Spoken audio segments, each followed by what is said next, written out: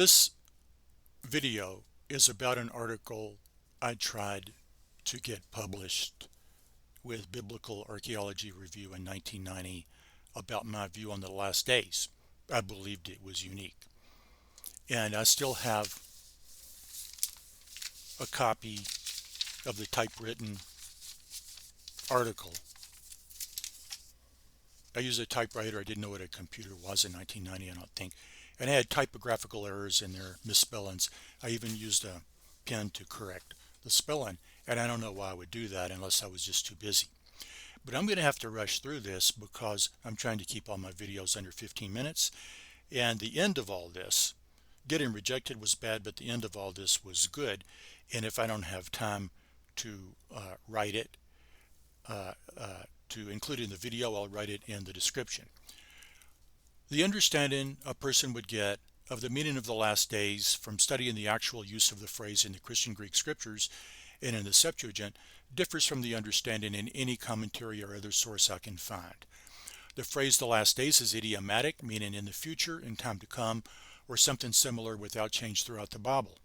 A minority of commentators do acknowledge that this is the meaning in the Pentateuch, with no connotation of the day of the Lord, no connotation of the parousia, no connotation of the epiphany or manifestation of Christ, no suggestion of an age of which the last days are a final part, no connotation of anything at all.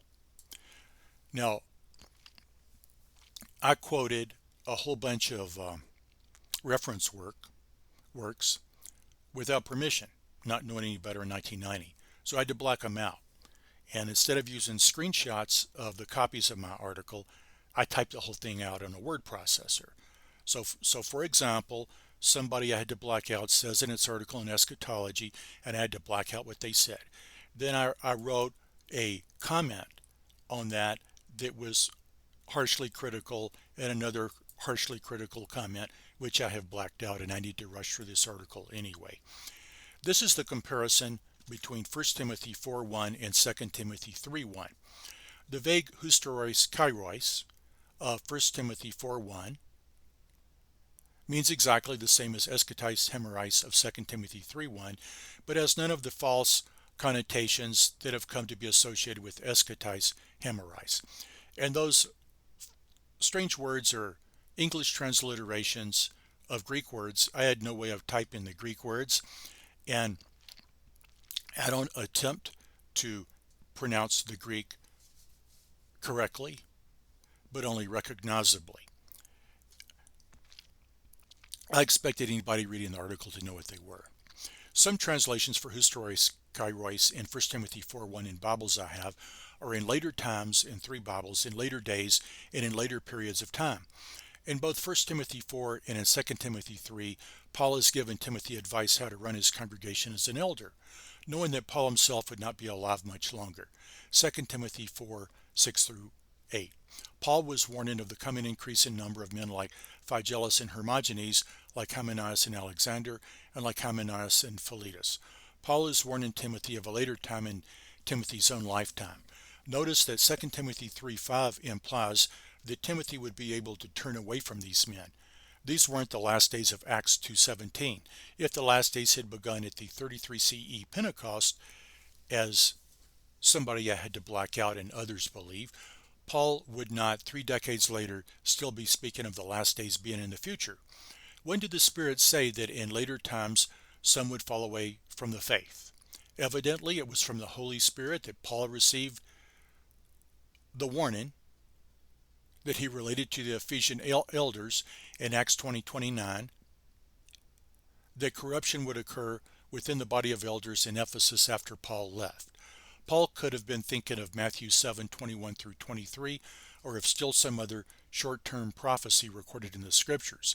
If Timothy did in fact have trouble with apostate Christians after Paul's death, then 2 Timothy 3:1 was correct in saying that this would happen in eschatais hemerais in the last days, because in the last days meant nothing more to first century Christians than at a later time.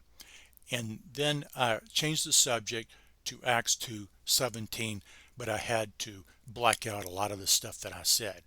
But the question doesn't, and then I had to black out a quotation that I made without permission from the publisher. Since last days means exactly the same as metatauta, a Greek expression, afterward, in time to come or in the future, it wouldn't make any difference which phrase Luke used. The fulfillment of the Joel prophecy came afterward, after it was given, and therefore in the last days. Probably the easiest context to see the real meaning of the expression are those in the Pentateuch. It's interesting to look at the context surrounding Genesis 4:49:1, Numbers 24:14, Deuteronomy 4:30, 8:16, 31:29, 32:20, and Joshua 24:27 in the Septuagint. Genesis 49:2 uses eschaton ton hemeron in the Septuagint. Jacob gave prophecies to his sons concerning what would happen to them in the last days. According to a reference work I had to black out, the fulfillments concern the tribes of Israel in contrast to the sons themselves in their early history.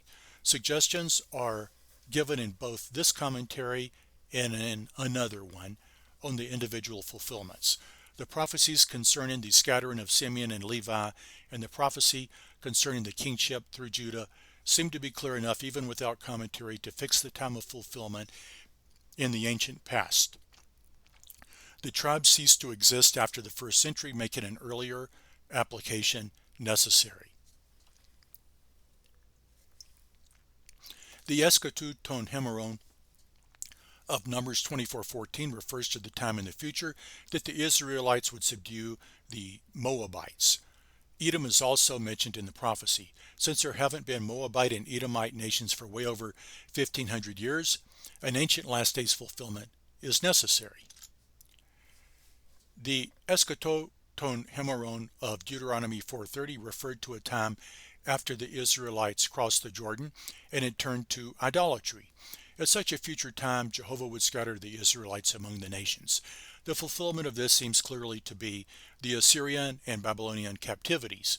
The eschaton ton hemeron of Deuteronomy 8:16 refers to the time after the Israelites would cross the Jordan, where there would be plenty of water, bread, grapes, figs, pomegranates, olive oil, honey, and metals. Those blessings would be the good Jehovah would do for them in their last days or latter days. The eschaton ton hemeron of Deuteronomy 31:29 referred to the last or latter days when the Israelites would forget the Mosaic law and transgress excessively. This prophecy, like the ones mentioned above, was given before the Israelites entered the Promised Land. Surely the reference was to the many times mentioned throughout the Hebrew Scriptures when the Israelites sinned against Jehovah and got punished for it. In Deuteronomy 32:20, the Greek words for last days are again used in the Septuagint. Notice how the expression is translated in Bibles you have. 3 of mine translate the corresponding Hebrew expression in times to come, in some future time, and afterward. Joshua 24:27 uses the Greek words for last days, although the Hebrew text has no corresponding words, to refer to times the Israelites would be able to still see the great stone Joshua set under an oak for a witness to them. At any time in future generations that misbehaving Israelites would look at the stone, their consciences would be pricked and they would be reminded of Jehovah's law.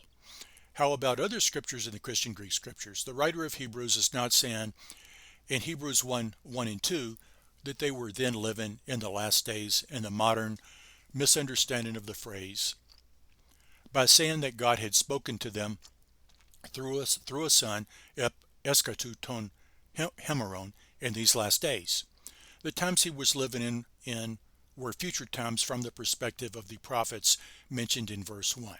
2 Peter 3:3 says that the prophets, Jesus and the apostles, had foretold that in eschaton ton hemeron there would be doubters of the parousia. These doubters could have been the same kind of spiritually weak or apostate Christians mentioned in 1 Timothy 4 and 2 Timothy 3. The time of fulfillment could have been in the near future, making Peter's warning urgent and appropriate for his first century readers.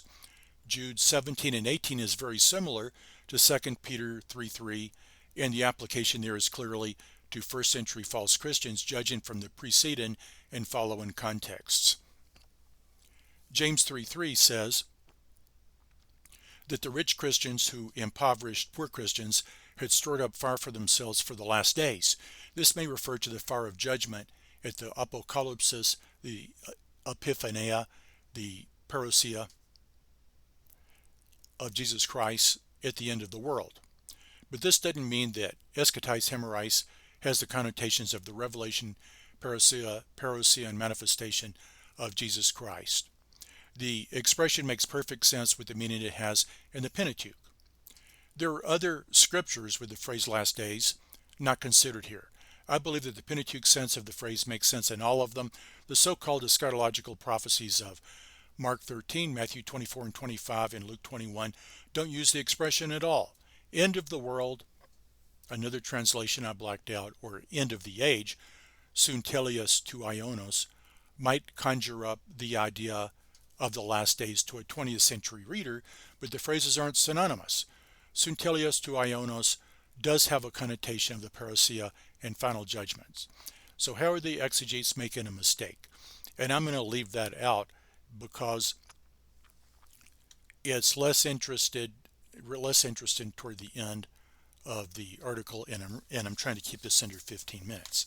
So a couple of days after the article was rejected, I got in the mail from somebody I'd sent my article to a copy of a journal article from 1961, and he wrote notes all over it.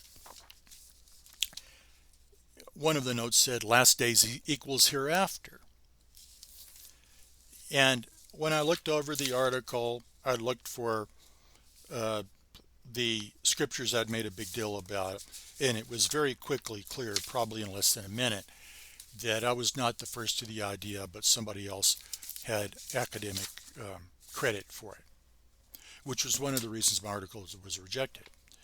And the article showed that George Wesley Buchanan worked at Wesley Theological Seminary, and I still have on the back of one of the pages a note. I looked up the address, and even though 29 years had passed, I sent an article there.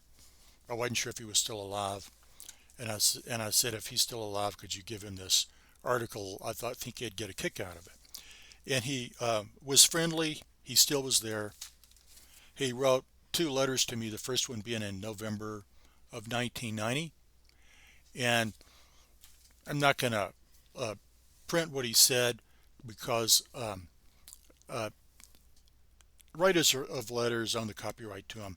But I'll mention one thing he said was that, which impressed me, was I asked him how his article was received. He said that the most notable reaction was silence. That surprised me. I thought that everybody would have to admit he was right, and the knowledge at that journal would trickle down soon to commentaries and then to general knowledge. But people just didn't pay attention to what he said. And I guess it was easier for me to accept that that happened to him than to accept it if it happened to me. So I'll write more information about this in the description of the YouTube, but I wanted to keep this video shorter. So this is the end of the video.